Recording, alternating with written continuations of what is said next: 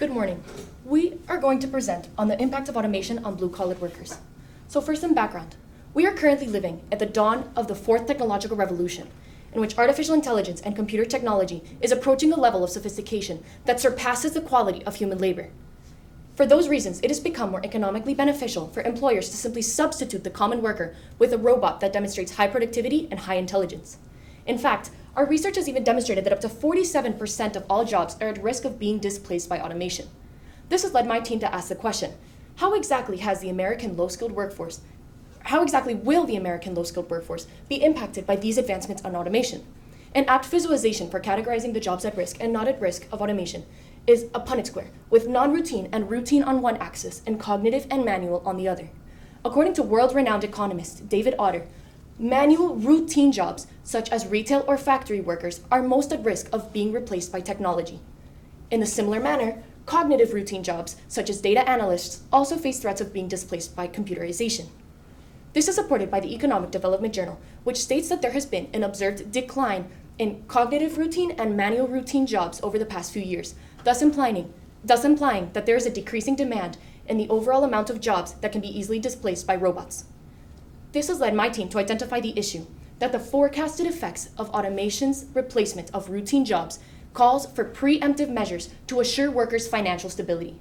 I'm now going to pass the floor on to my colleagues who will present 3 distinct solutions to this issue. And now on to our first solution, Universal Basic Income, or UBI. In a very broad sense, UBI, or guaranteed income, is a type of social security policy whereby a set amount of money is distributed to every single eligible citizen within a given governed population, untethered to the amount of money that they already make.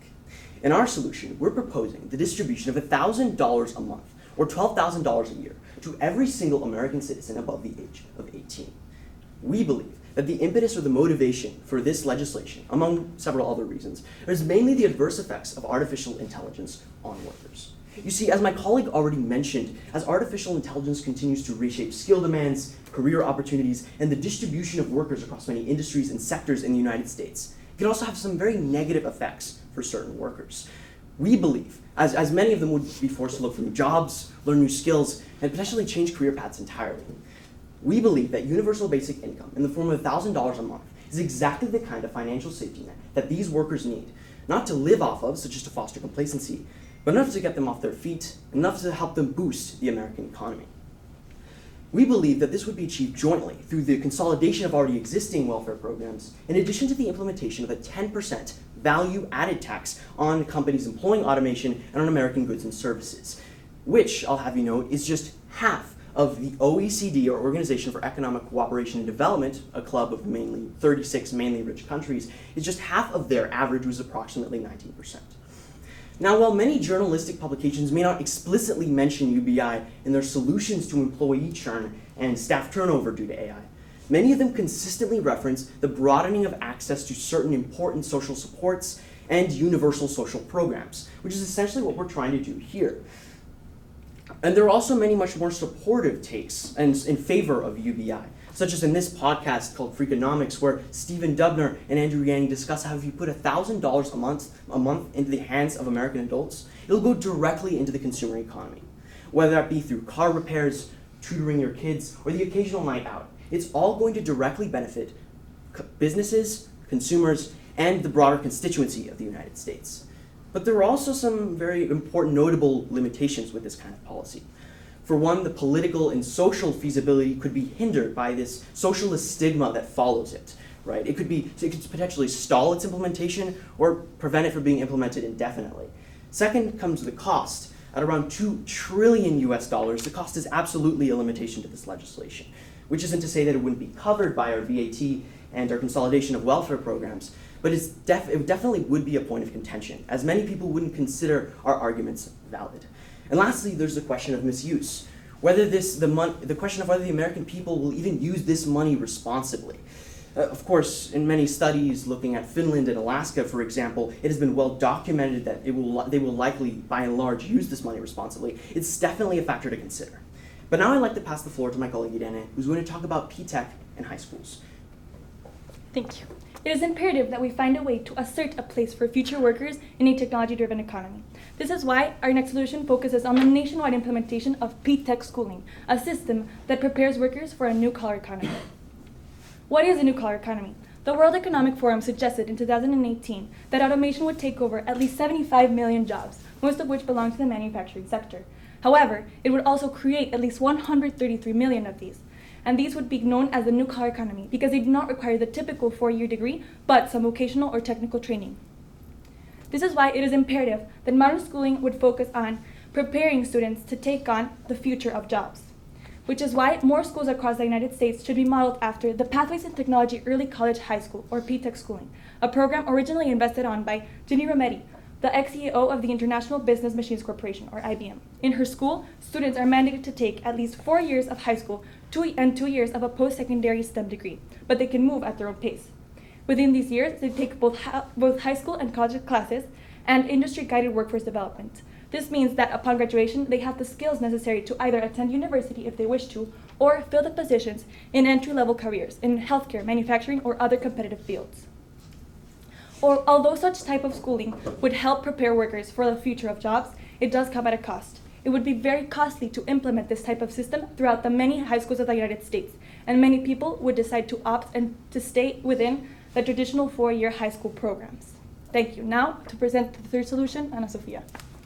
So last but certainly not least, we have our third solution, which is promoting the implementation of upskilling programs. So for starters, what are upskilling programs? These initiatives are plans that are adopted by private corporations in which they train their current workforce or even prospect employees so that they may remain updated and relevant in the current workforce. And what are the incentives for people to actually participate in these programs? Well, if we see from the perspective of the employers, they have the incentives of having a higher retainment of employees, given that it is more likely that employees would likely contribute to the revenue and be part of the corporation if they are being trained by this company. And second, they can attract new talent, given that because the skills that they are being trained for are for jobs that are being emerging just recently in the workforce, there are not a lot of candidates that can currently work on these certain jobs. On the other side, from the employee's perspective, they have the incentive of being part of these programs because they will gain new skills, which in turn will also help them secure their jobs, be it in their current field or in other fields in which they can apply the skills that they have been learning. So to look at the impacts that the solution would have, we're going to look at Amazon as an example. As a technology company, Amazon was one of the first big corporations to experience the adoption of automation and the first way in which they dealt with it was by displacing 100,000 workers because there was no longer a need for them. Nonetheless, when they saw the effects that this was having on the workers themselves and the workforce in general, they decided to open 6 different upskilling plans. And what this resulted in was the creation of 400,000 jobs, either in e-commerce or in warehousing, which, because they were being conducted by these former blue-collar workers, this accurately compensates the originally displaced jobs and even surpasses that number to have an overall more jobs for this tier of workers. Although the impacts of having the solution would be great, there certainly are some limitations to it. Mainly that it is a very costly program and involves a lot of planning, and it is a long-term investment given that workers won't contribute back to the revenue until they have been finished in their training. And besides, these programs are privately owned, given that there is no governmental institution that can actually force them to create these programs, and therefore we can only recur to incentives to actually promote these programs and seek for their emergence in different industries. And now, to conclude, I will pass it back to my teammate. We believe that our 2 final solutions are the most viable when considering this issue. Although, when combined, they are quite costly, it comes nowhere near our first solution of the UBI, which would require $2 trillion per year. For those reasons, we find that our 2 final solutions tackle 2 distinct demographics, today's worker and tomorrow's, and will be the most effective in solving the issue we presented today regarding automation and blue-collar jobs at risk. Thank you. Thank you, Chief. I have a few questions. I'm going to start with Luca. Luca, what is an example of a compelling argument from one of your peers' individual reports that you decided to exclude from your team presentation, and why? Well, one example of a compelling argument that we decided to exclude from our TMP would be from my colleague Irene's IRR, which was looked at this issue from the ethical lens. And one of her paragraphs, she devoted one of her paragraphs to sort of deconstructing UBI and sort of going against it for the most part. And some of the examples that she identified, some of the flaws that she identified of UBI were, for example, its potential to cancel itself out due to taxes on the American people, and also the socialist stigma, among many other flaws that she identified. And while we did sort of build around that in one of our solutions, we didn't necessarily include the sources that were rebutting UBI. So while we did sort of not necessarily incorporate it into our presentation, I feel like we sort of excluded it in a way, if that makes sense. Okay, thank you. Irene, give one specific way that your thinking changed as a result of learning about Luca's findings. Could you repeat the question, please? Yeah. Give one specific way that your thinking changed as a result of learning about Luca's findings. Thank you. That's a great question. As Luca mentioned, in my own individual research report, I argued against the universal basic income because I thought it would be too costly to implement. However, upon reading Luca's findings and working as a team, I found that it is actually a plausible solution because through the 10% value-added tax and a consolidation of welfare programs, it is a viable solution that will help tackle our issue of automation in the workforce. Thank you. Yeah. Thank you. Now, Sofia, having finished your project, what, if anything, do you consider to be a gap in your team's research that, if addressed, would make you feel more confident about your conclusion? Okay, so in our problem in general was the effects on the blue-collar workers that the adoption of automation will have.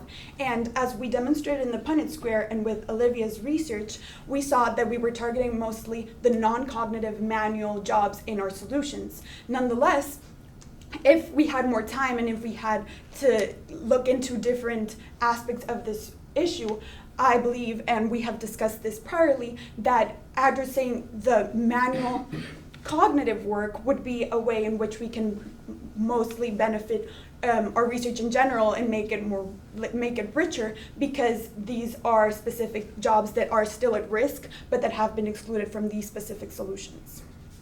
Thank you. Olivia, what is a way in which your team's resolution makes you think differently about your own individual research? My team came to the resolution that UBI, although plausible solution, would not be entirely beneficial given its extreme costs.